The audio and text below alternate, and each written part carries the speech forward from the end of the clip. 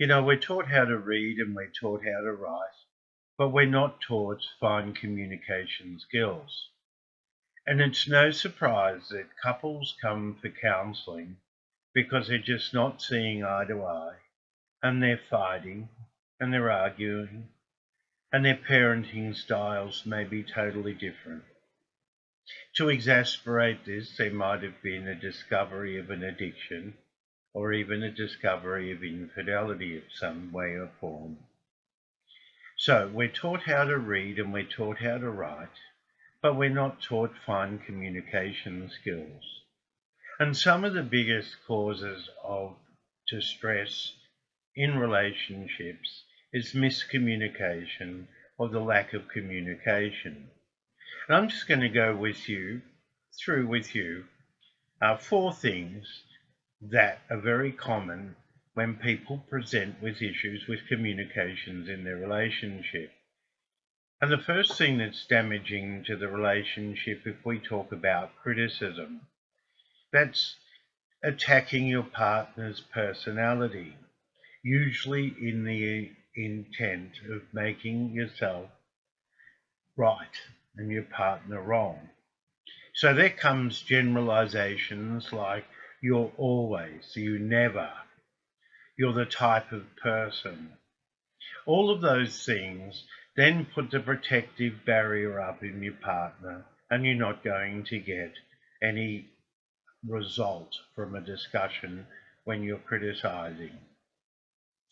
The next thing we're talking about here is contempt, and that's attacking your partner's sense of self with the intention to insult or psychologically abuse them.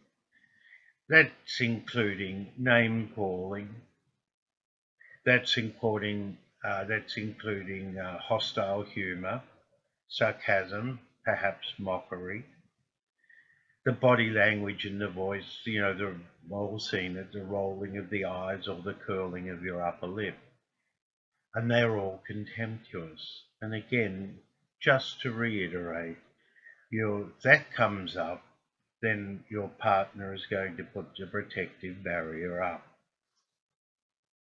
Then we're talking about defensiveness, being the victim, seeing oneself as a victim and warding off a perceived attack. Cross-complaining, if your partner says, look, you never do this, you come back and say, well, hang on a minute, but you don't do that. And then there's the yes, but.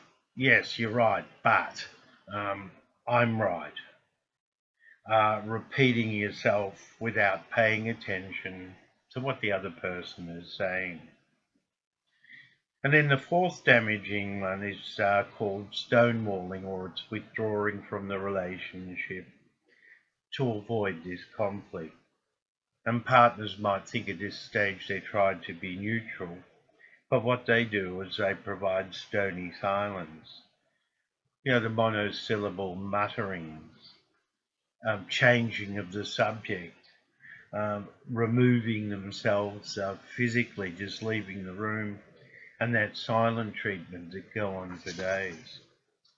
And these are just some of the things that I encounter and couples encounter when they're coming to see me. So if you find that any of these resonate with you, perhaps you need to have a think about your relationship. Have a think about learning communication skills. And if you want a hand in this, you're welcome to call me on 0418 720 176. And I'm happy to have a confidential free chat with you. And thank you again for the time to watch this video.